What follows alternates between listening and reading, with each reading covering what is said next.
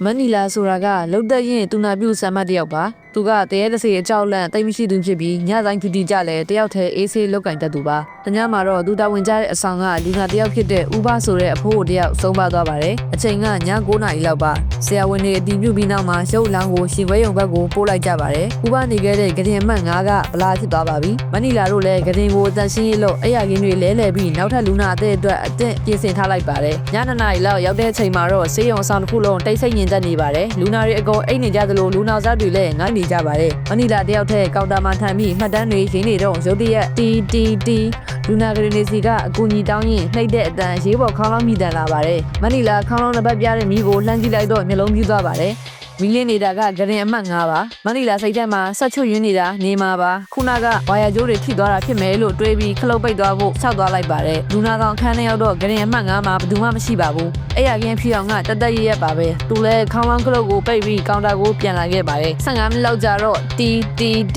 ရင်အမှတ်9ကခေါင်းလောင်းထပ်မိပြန်ပါတယ်ဒီတခါတော့မနီလာနည်းနည်းလန့်သွားပါပြီဒါပေမဲ့စိတ်ကိုတင်းပြီးမိသွားပိတ်ဖို့အခန်းထဲထပ်ဝင်သွားပါတယ်အခန်းထဲရောက်တော့လေအေးဇက်ကမျက်နှာကိုလာဟပ်ပါတယ်ဂရင်အမှတ်9ကိုလှမ်းကြည့်လိုက်တော့ဂရင်ပေါ်မှာလူတယောက်ထိုင်နေပါတယ်အခန်းပြီးမှိန်နေပေမဲ့မနီလာကောင်းကောင်းမြင်လိုက်ရပါတယ်ခုနကညဦးပိုင်းဆုံးသွားတဲ့ဥပပါဥပကဂရင်ဆောင်မှာခြေတွဲလောင်းချပြီးထိုင်နေတာပါခေါင်းကိုငိုက်ဆိုင်ချထားပါတယ်ပိုဆိုးတာကသူ့နှာခေါင်းပေါင်းနှစ်ဖက်မှာအလောင်းပြင်းလုံးကထည့်ထားတဲ့ဝါကွန်းစားတွေကိုတက်လျက်သားမြင်နေရတာပါမနီလာကြောက်လွန်းလို့အော်ရောင်အော်နိုင်မဲ့ခြေလက်တွေအေးခဲနေတော့ဥပကခေါင်းကိုဖြည်းဖြည်းချင်းမော့လာပြီးမနီလာကိုကြည့်ကလှမ်းပေးလိုက်ပါတယ်ဆရာမစေးတော့ရမယ့်အချိန်ရောက်ပြီလားမနီလာအတိစိတ်လွတ်ပြီးကောင်တာစီကိုပြေးထွက်လာခဲ့ပါတယ်တခြားသူနာပြုတွေနဲ့လုံခြုံရေးတွေဝိုင်းမင်းမှအကြောင်းဆုံးပြောပြနိုင်ခဲ့ပါတယ်လုံခြုံရေးတွေတားကြည့်တဲ့အချိန်မှာတော့ဂရင်အမှတ်9မှာဘယ်သူမှမရှိပါဘူးဒါပေမဲ့အထူးဆန်းတာကတသက်ရခင်းထားတဲ့ဂရင်ပေါ်မှာလူတယောက်ထိုင်ထားသလိုမျိုးအဲ့ရခင်းတွေတွန်းကျင်နေတာကိုတွေ့လိုက်ရခြင်းပါပဲ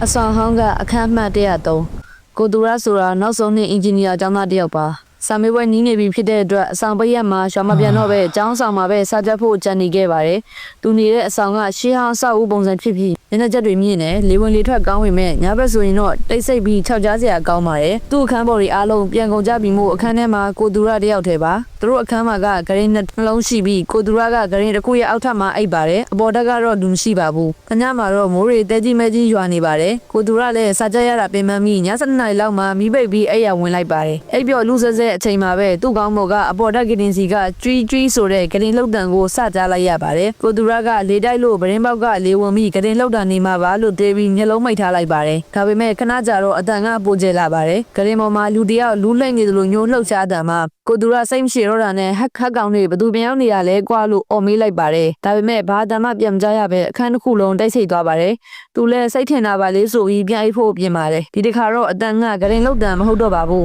ဘော်ရက်ဂရင်မော်ကနေတစ်သားပေါင်ကိုလက်သေးနဲ့ကုတ်ချစ်နေတဲ့အတန်ကလော်ဆိုတဲ့အတန်မှာအတန်ကတဖြည်းဖြည်းမြန်လာပြီးသူ့ကောင်းရင်သားထိရောက်လာပါတယ်ကိုသူရကြောက်စိတ်ဝင်လာပြီးဖုံးမိကိုဖွင့်အပေါ်ဂရင်ကိုလှမ်းထိုးကြည့်လိုက်ပါတယ်ဟင်ကနေဖြစ်သွားပါတယ်ဘာလို့လဲဆိုတော့အပေါ်ရက်ဂရင်မှာဘသူမှမရှိပဲဂရင်ကပါးလွှာနေတဲ့မှုရအစုပ်လေးပဲရှိနေလို့ပါငါနားကြမှားတာပါလို့ဖြည့်တွေးပြီးပြန်လှဲချလိုက်ပါတယ်အဲ့ဒီအချိန်မှာပဲသူ့မျက်နှာပေါ်ကိုအေးဆက်ဆက်အေးတစ်ဆက်ကျလာပါတယ်မိုးရိုးလာလားဆိုပြီးမျက်လုံးဖွင့်ကြည့်လိုက်တဲ့အချိန်မှာတော့ကိုသူရအော်ရမ်အော်နိုင်တော့ပါဘူးသူ့ဘော်ကဂရင်မောင်ကနေလူတယောက်ခေါင်းဆိုင်ချပြီးသူ့ကိုစိုက်ကြည့်နေလို့ပါပဲအဲ့ဒီလူရဲ့မျက်နှာကမဲနှက်ပြီးမျက်လုံးတွေကပြူးကျနေပါတယ်ပါးစပ်ကလည်းနေရွက်တက်ချိတ်မတက်ပြုံးပြီးနေပြီးပါးစပ်တောက်ကနေသွေးတွေကကိုသူရမျက်နှာပေါ်ကိုကျနေပါတယ်ကိုသူရအသက်လူပြီးအခန်းတကာဖွင့်ပြေးပါတယ်အဆောင်မှုခန်းရောက်မှအကျိုးအကြောင်းပြောပြပြီးတုံတုံရင်ဖတ်ငိုပါတော့တယ်နောက်နေ့မနက်ရောက်မှအဆောင်မှုကပြောပါတယ်ဒါအဲ့ဒီခန်းမှာတယောက်တည်းကြံခဲ့တာဆရာမေ့သွားတယ်လွန်ခဲ့တဲ့4 နှစ်လောက်ကအဲ့ဒီခန်းပေါ်တက်ကလေးမှာကျောင်းသားတယောက်စာမေးပွဲကြားလို့ကြိုးစားချတင်မှုတယ်အဆောင်ပိတ်ရဲ့လူချေတက်ရင်သူကပြန်ပေါ်လာတတ်တယ်ကိုသူကလည်းအဲ့ဒီအဖြစ်ပြက်ပြီးကလေးကကျောင်းပြီးတဲ့အထိအဲ့ဒီဆောင်မှာ7 မိနစ်ရတော့ပဲ